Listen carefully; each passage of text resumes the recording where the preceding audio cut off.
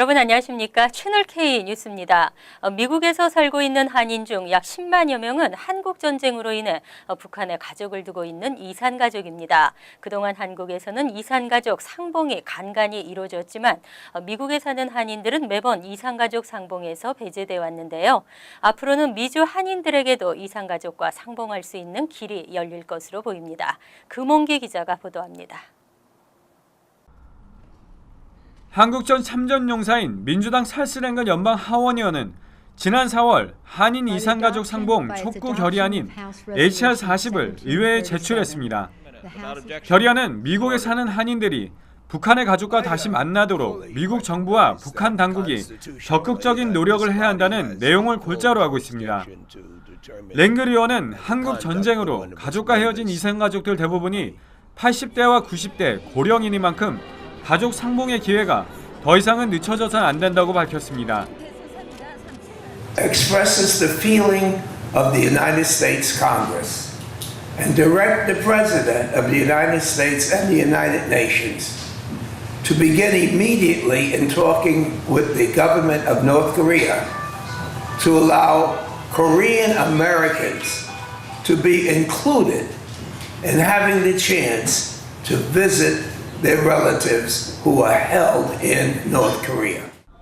랭글 의원은 어제 뉴욕 플러싱 타운홀에서 이산가족으로 인해 아픔을 겪고 있는 한인들을 만나 위로하고 결의안에 대해 설명하는 시간을 가졌습니다. 북한에 가족을 두고 온 한인들은 가족을 만날 수도 있다는 기대감에 눈시울을 적셨습니다. 나 같은 아픔이 있는 사람들 다 죽기 전에 좀 됐으면 좋겠습니다. 예. 이번 재미 이산 가족들과 랭글 의원의 만남은 뉴욕 한인회 주선으로 이뤄지게 됐습니다. 한인회 김민선 회장은 남북의 이산 가족은 남북 간 합의에 따라 상봉의 기회를 갖고 있지만 재미 한인들은 그럴 기회조차 없다며 더 늦기 전에 북한에 있는 가족들을 상봉할 수 있도록 의회의 협조를 요청했다고 밝혔습니다. 미 시민권자들이 북한에 계신 가족들 상봉이 이루어질 수 있게 되기를 우리 모두 함께 노력해 주시기를 부탁드리겠습니다. 재미 한인들의 이산가족 상봉을 골자로 하는 이번 결의안은 초당적으로 지지를 받고 있습니다. 연방 상하원의회에서 결의안이 무난히 통과돼 이산가족 상봉이 조만간 이뤄질 수 있기를 기대해 봅니다. 채널K 뉴스 금홍기입니다. 파악된 곳만 약 50여 개의 한인 미용실이 뉴욕주 인스펙터들의 기습 단속을 받았습니다.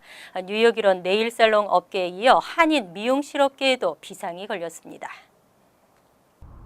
한인 미용실 밀집 지역인 퀸즈, 플러싱과 맨해튼 등을 중심으로 지난 8월부터 뉴욕주 태스크포스의 인스펙터들이 대대적인 단속을 벌이고 있는 것으로 확인됐습니다.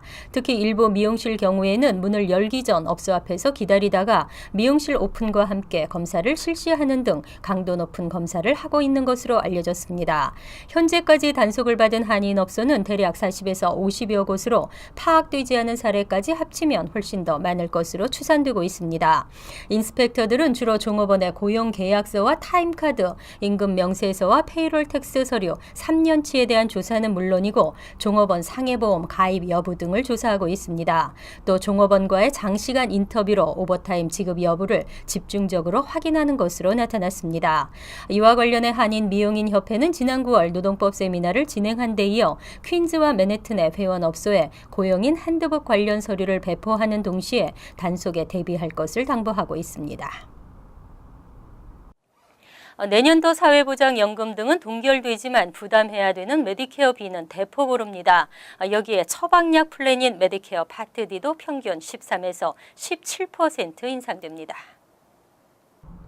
메디케어 메디케이드 서비스국은 2016년도 메디케어 파트 D 플랜의 뉴욕주 평균 월 보험료는 $43 15센트로 올해보다 13% 인상된다고 밝혔습니다.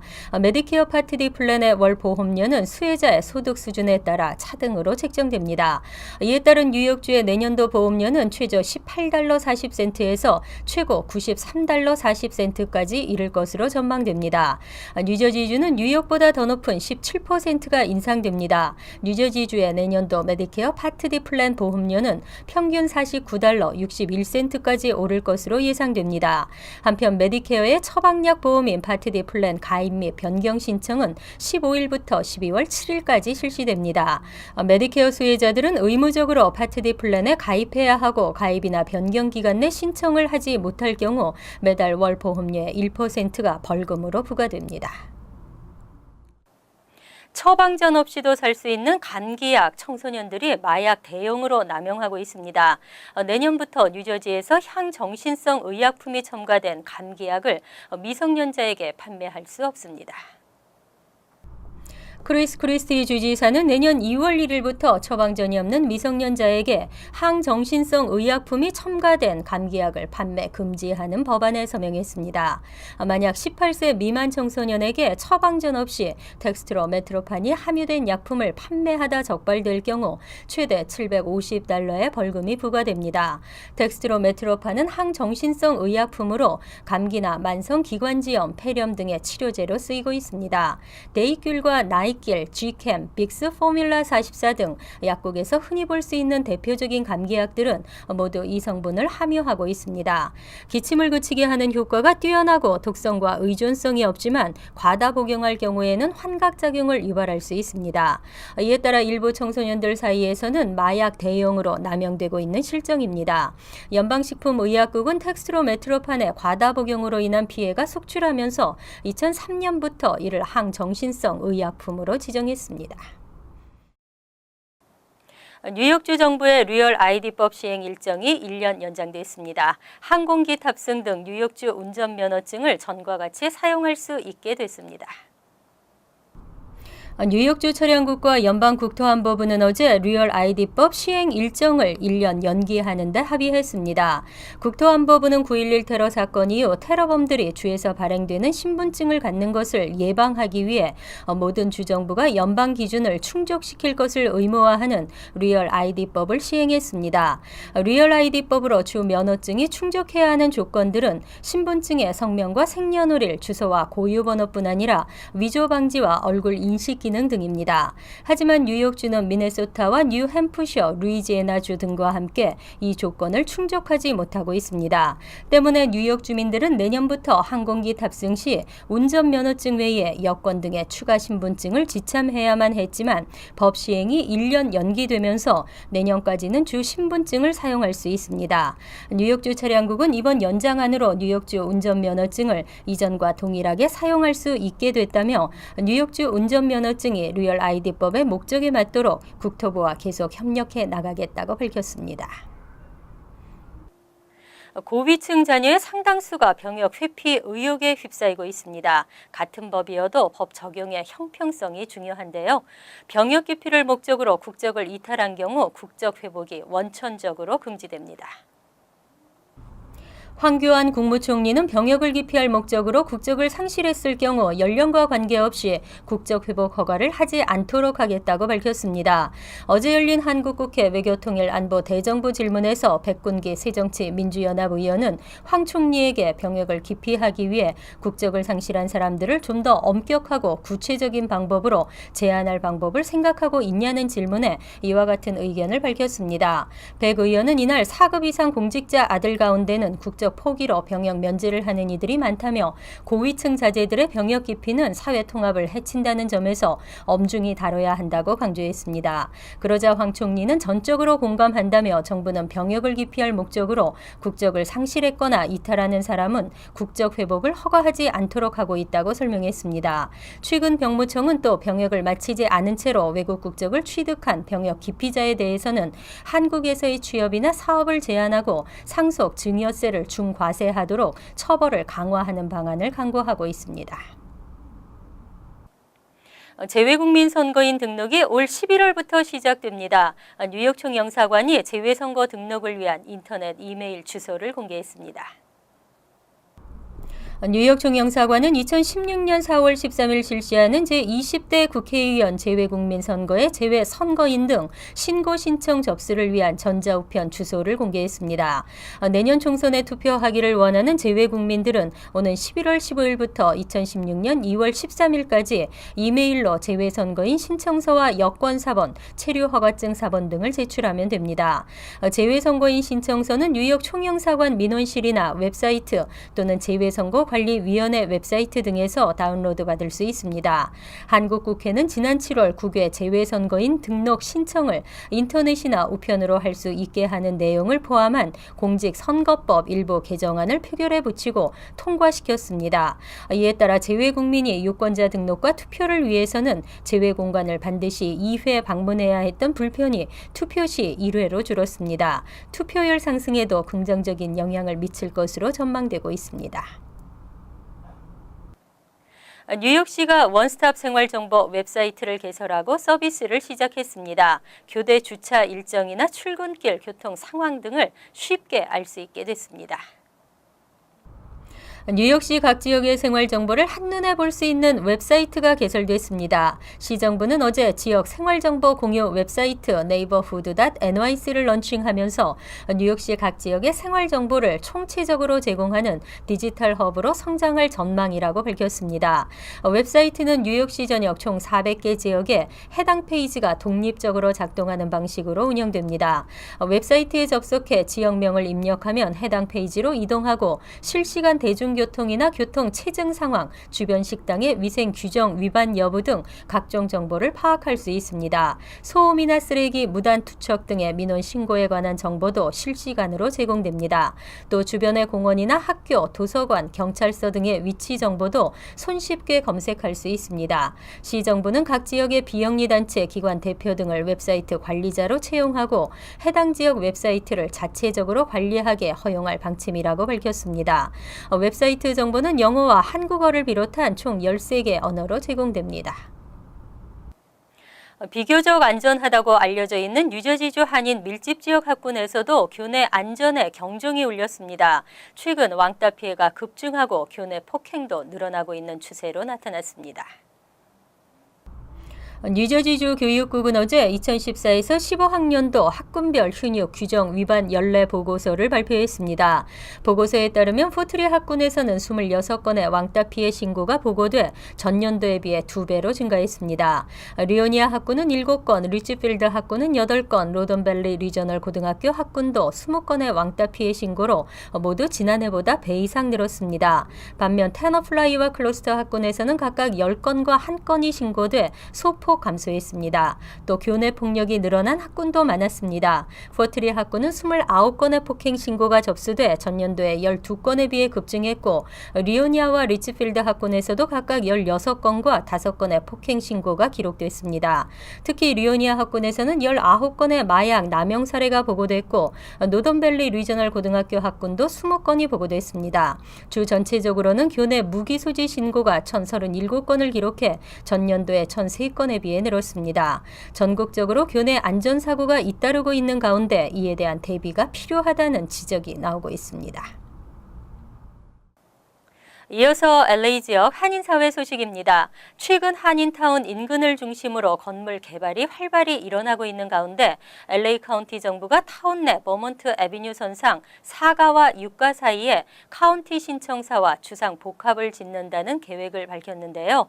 한인 비영리 단체들은 이곳에 커뮤니티 센터를 포함시켜야 한다고 한 목소리로 주장하며 커뮤니티의 참여를 당부했습니다. 김지은 기자의 보도입니다. LA 카운티 정부가 지난 8월 LA 한인타운 버몬트 애비뉴 선상의 정부 소유지에 카운티 부서들이 입주할 신청사와 주상복합 건물 등을 짓는 재개발 프로젝트 버몬트 코리도 시행 계획을 밝혔습니다. 이번 프로젝트의 총 예산은 4억 5천만 달러. 한인타운의 또 다른 랜드마크가 탄생하는 대대적인 프로젝트인 만큼 한인사회에서는 이곳에 타운을 위한 커뮤니티 센터를 포함시키기 위해 목소리를 높이고 있습니다. 타운 내 주민들을 위한 변변한 공원이나 휴게시설을 찾아볼 수 없다는 게 이번 커뮤니티 센터 건립 추진의 이유입니다. Koreatown is the densest community, so we have the most number of people per square inch in Los Angeles County. We don't have many parks and we don't have any kinds of recreation centers.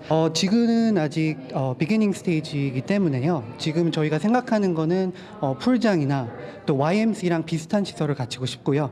그러니까 한 2층으로 돼가지고 3만에서 4만 스퀘어 피트 안에서 저희 한인 단체들, 비영리 단체나 다른 그룹들이 거기 안에 모여서 한미연합회와 한인타운 청소년회관, 한인상공회의소 등 한인사회 11개 단체 관계자들과 주민들은 어제 LA 카운티 청사에서 열린 슈퍼바이저 위원회 회의에 참석해 커뮤니티 센터 건립의 필요성을 제기했습니다.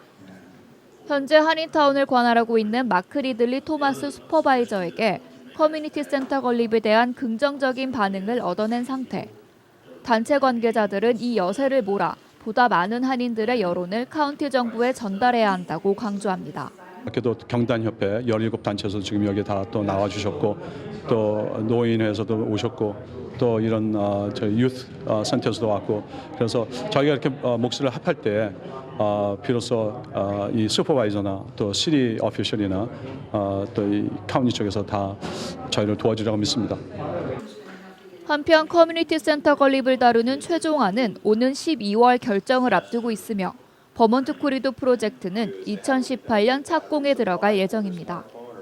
이번 커뮤니티 센터 건립안이 힘을 얻기 위해서는 비영리 단체들을 중심으로 한인 사회의 목소리를 카운티 정부에 전달할 수 있도록 한인들의 적극적인 관심과 지원이 요구되고 있습니다.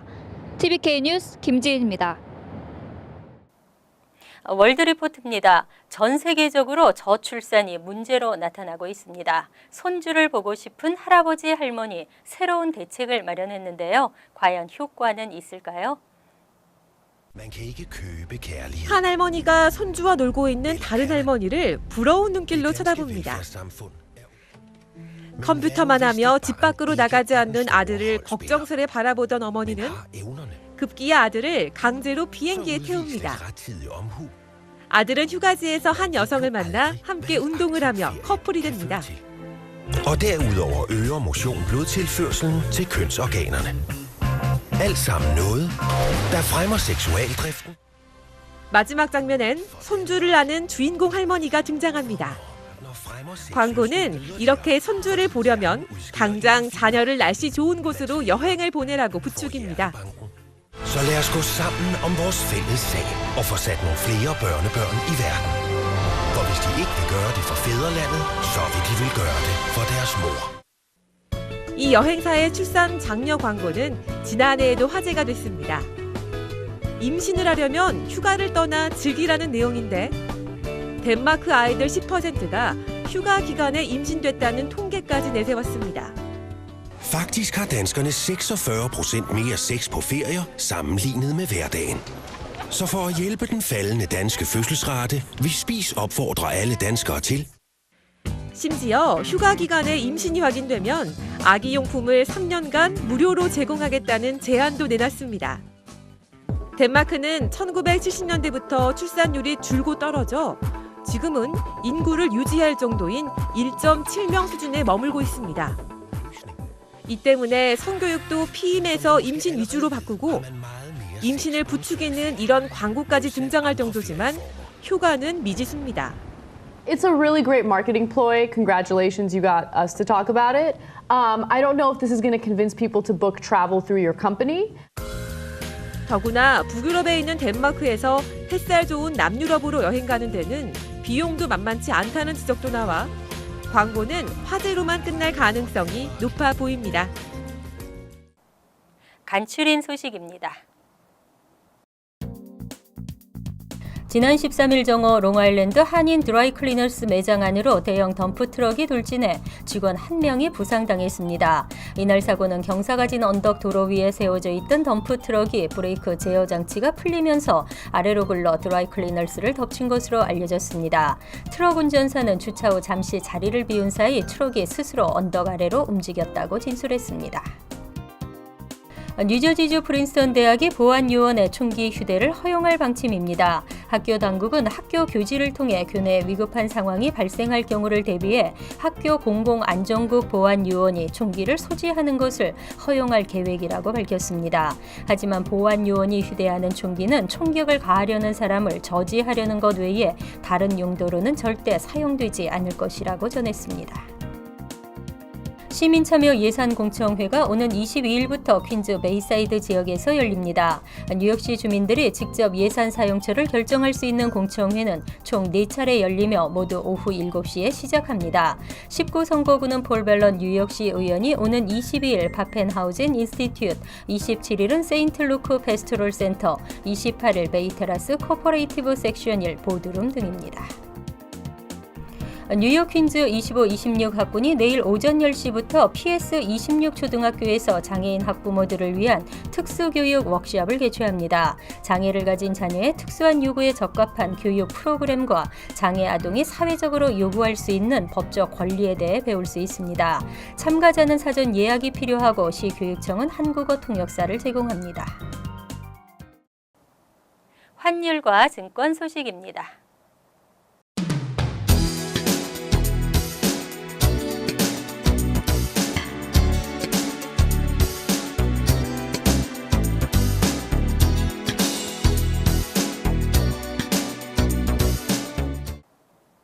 이어서 날씨입니다. 금요일은 대체로 맑은 날씨에 간간히 흐리겠습니다. 낮 최고 기온은 66도, 섭씨 18도, 밤 최저 기온은 47도, 섭씨 8도로 예상됩니다. 토요일은 기온이 떨어지면서 쌀쌀한 날씨에 바람이 불겠습니다. 일요일도 전날과 비슷한 날씨가 이어지겠지만 기온은 더 떨어져 춥겠습니다. 월요일은 부분적으로 맑은 날씨이지만 여전히 쌀쌀하겠습니다.